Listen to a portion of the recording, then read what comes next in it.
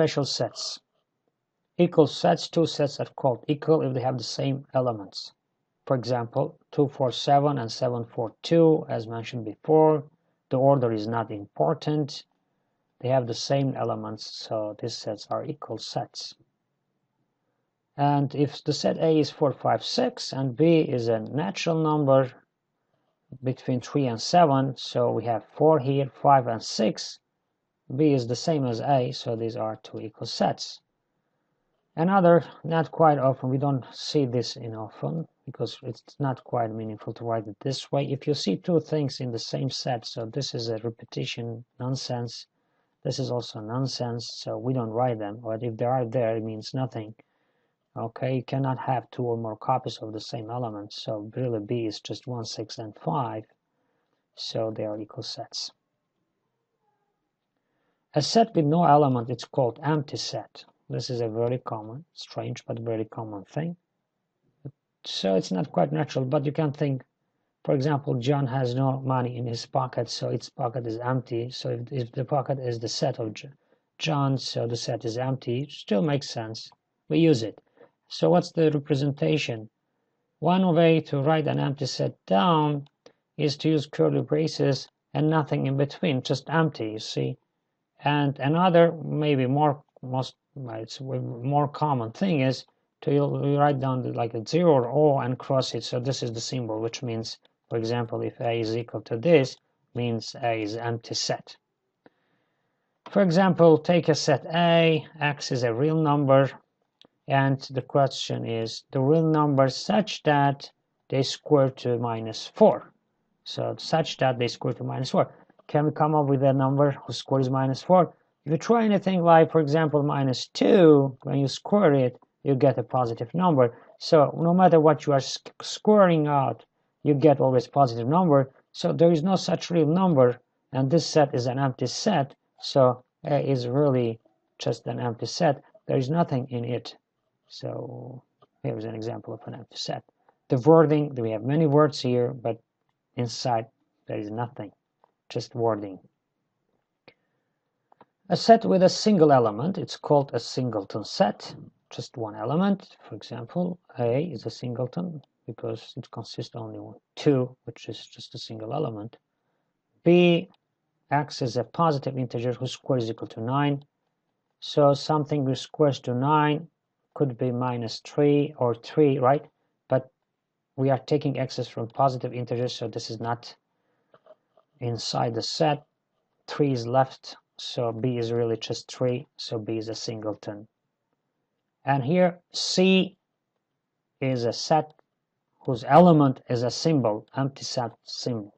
Just pay attention, don't get confused. C is not empty itself. It consists with a single element, right? Remember, between braces, if you have anything, that's the element. So C is not empty itself. C consists, it's a singleton, consists of a symbol, empty symbol inside it. Another way of representing sets, it's via Venn diagrams. This is something that we have seen from previous mathematics classes, maybe from primary school. It's an easy, nice way, but if you have quite few elements, and it is also illustrative.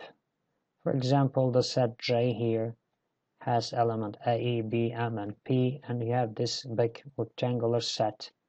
This is called set U, universal.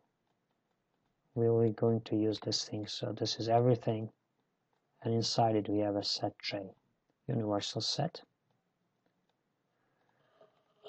Okay, so way to write when we want to write down the elements of a set, we use paths, closed paths like this, anything like this, could be like triangle, or even can look very strange, that's okay. And we put elements inside, but we put points to distinguish, to make sure that we understand. For example, here we have a J, that's the name of the set, we don't have any dot or point next to it.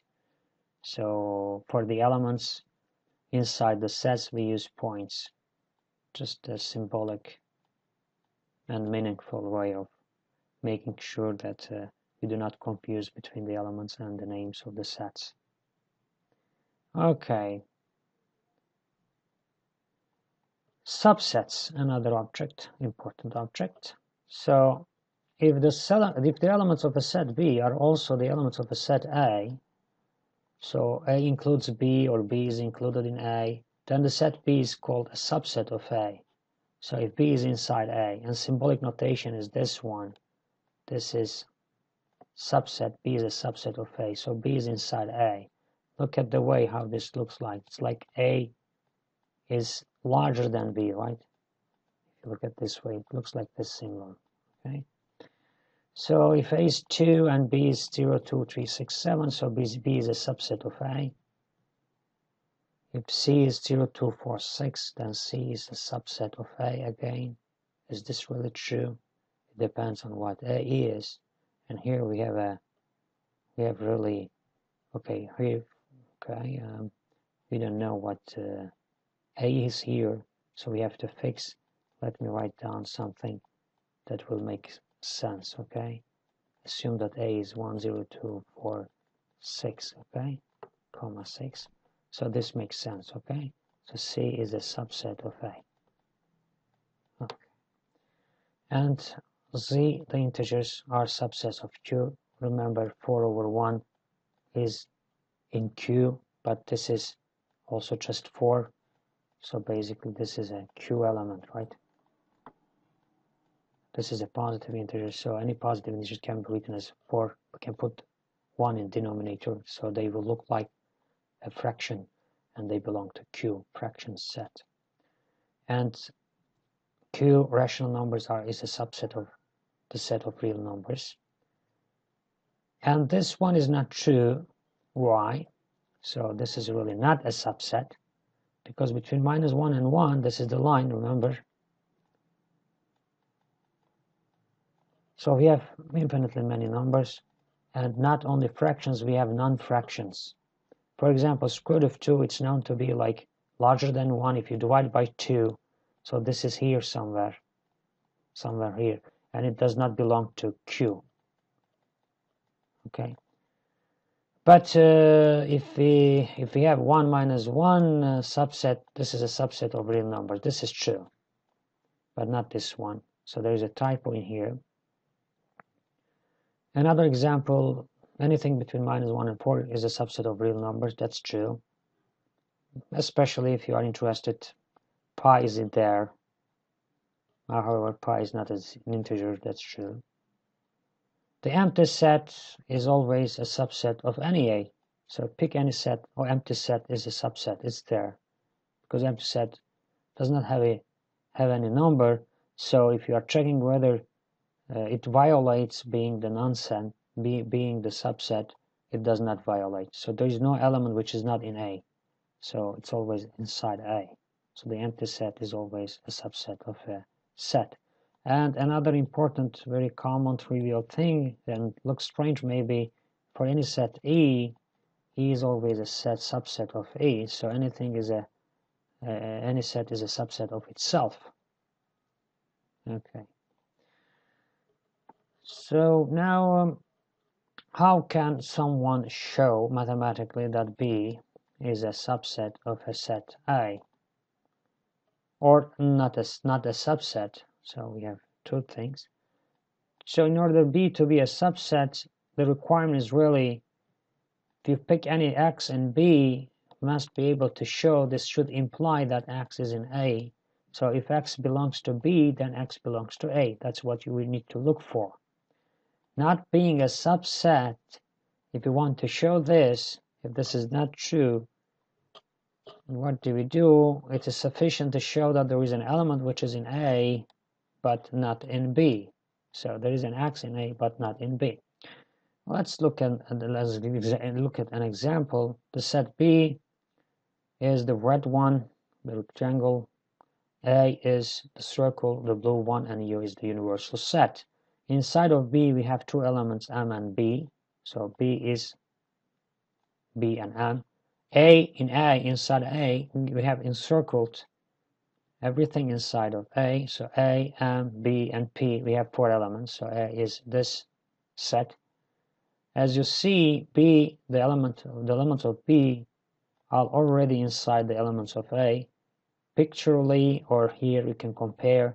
So B is a subset of A. So B is a subset of A. Okay.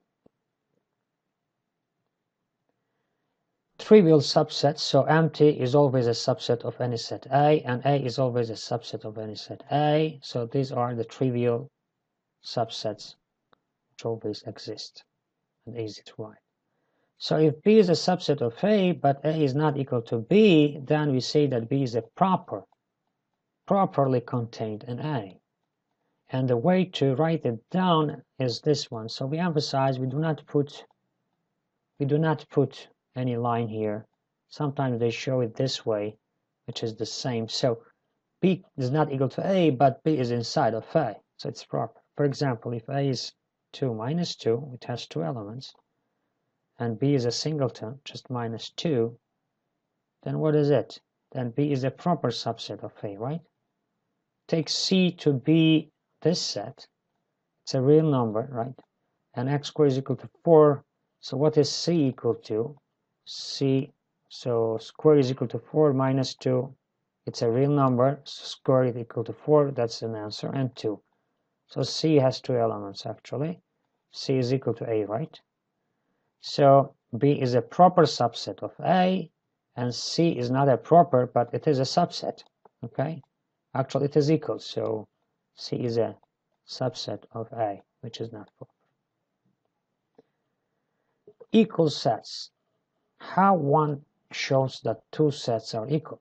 The answer looks, by looking pictorially, it's easy to tell by Venn diagrams. However, mathematically, if you want to do it, this is a very important, I should say, theorem, which works both ways, if and only if. So if one can show that A is a subset of B, and B is a subset of A, then one can show that A is equal to B. If A is equal to B, then these two are equal. These two are legitimate, meaning A is a subset of B and B is a subset of A. Okay, let's look at this example. We have A. This is a set. We have one element, which is the empty symbol. One element, a singleton set. Two, a singleton set, and again a set. So it's an element. So A has four elements. Please pay attention to the commas. Okay, and what about B? B is a subset X such that X is a subset of 1, 2. So what do we have inside of X? Surely empty is a subset of 1, 2. Actually, empty set is a subset of everything. So 1 is an empty. 1 is a subset of 1, 2. 2 is a subset. And itself, 1, 2 is a subset of 1, 2. Actually, B is the same as A, just another way of rewriting the set A with a common property really here. And here we are listing, but these two sets are equal. And one can mention about the size of the sets, which is called cardinality, which means the number of elements inside the set A. If A is a finite set, so this is what we say. So we have these vertical lines in between A. For example, for this particular set, what's the size or cardinality of the set A? We count the number of elements, 1, 2, 3, 4 in between commas, so it has 4 elements. Okay. For the set A, B, C, it has 3 elements, and for B, we just did it above, it's the same set like this one as this one, so the number of elements or cardinality is 4. The cardinality is 4. If the cardinality of a set is not finite, then it's called an infinite set. Examples of infinite sets: the set of natural numbers, the set of integers, the set of rational numbers, the set of real numbers, and we can list many such sets. Another important subject is the power set. What does it mean? Given a set A, and one can list the subsets of A, the subsets of A, the set of the subsets of A is called the power set of A, and we have this P of A, meaning the power set. This is the notation. Let's look at an example. Given the set AB, and what's the power set of A? The power set of A, which we denote by P of A, is the set of subsets of A, empty, singleton A, singleton B, and AB, which is itself. Okay, I hope this is clear. Let's look at another example. Given B, set B, whose elements are 1, 2, and 3, then the power set of B is the collection of the subsets of B, empty, singleton 1, 2, 3, 2-element sets, and 3-element set. And this is all. So here the number of elements of AB is 2, the size of cardinality, and the cardinality of power set is 4. Here the size or the cardinality of B is 3, and the cardinality of its power set is 8. Okay.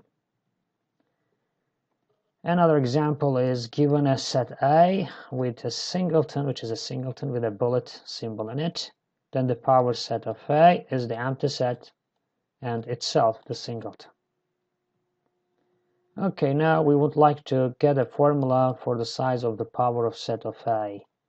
So if the size of set of A is A, the power set is 2. Here is the example. We have 1-element set, we get 2-element set.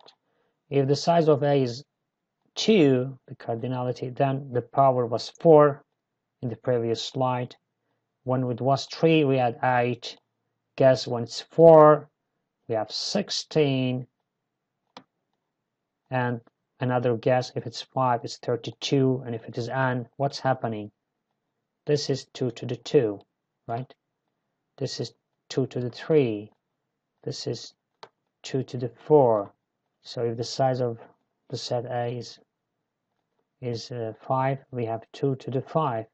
And if the size of the cardinality of A is n, its power set is 2 to the n. So this is the formula, really. So if the cardinality of set A is n, then the cardinality of its power set is 2 to the n. Here is an example, an exercise fully solved. Say we are supposed to show that if A is a subset of B, then the power set of A is a subset of power set of B. Okay, so how to do it? We start from this left-hand side, we end in the right-hand side. So this is the hypothesis, remember, hypothesis, and this is the conclusion. Okay, we assume this, and we get to the conclusion. Okay, so we take, this is the assumption. So we take an element from this. So we take X, we use capital X because really, remember, what does this power set mean?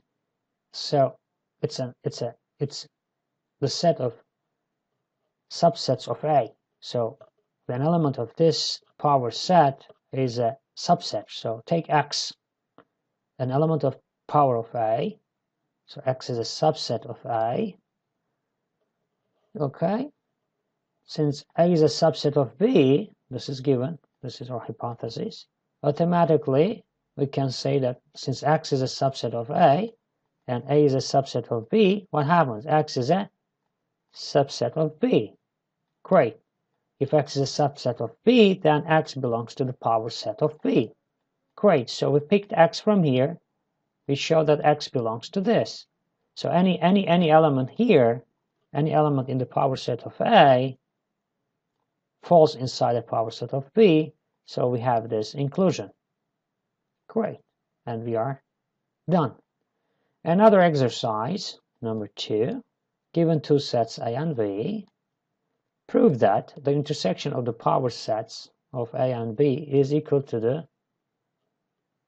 actually let me put it in the right way, okay, this is the power set of A. If you intersect the power set of A and the power set of B, this is the same as, this is equal to a power set of the intersection. Here we have an equality of 2. The left-hand side is a set, the right-hand side is a set, and we have equality. So remember, to show that two things are equal, we need to show that this one is inside the other one and vice versa. Okay. Okay. First, we are going to show, this is a typo, we are going to show that the left-hand side is inside the right-hand side. Basically this one. One way, one part of the proof. So we take an element. So this is all a typo again. So we take an element from the left-hand side. Okay. So actually we need to show both things, this and this. So this is a typo. So we start from one part. We first show that the left-hand side is inside the right-hand side. Pick an element, x, from the left-hand side. If you have something in intersection, so it has to belong to both. So x must be in P, power set of A, and x must be in the power set of B. Okay? So what does this mean, x being in the power set of A?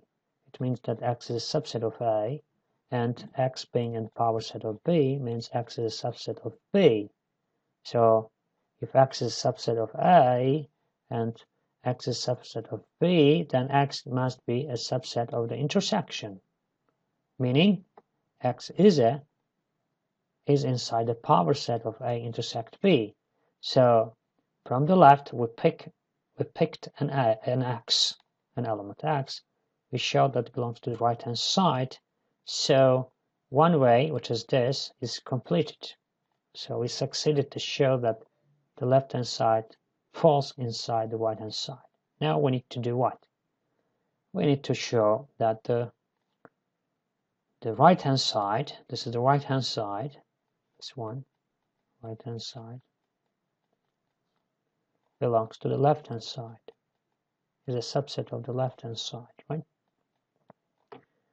Again, we pick an element from the left hand side, and this here, we pick element from the P of A intersect B power set, meaning x is a subset of the intersection, meaning x is a subset of A and x is a subset of B.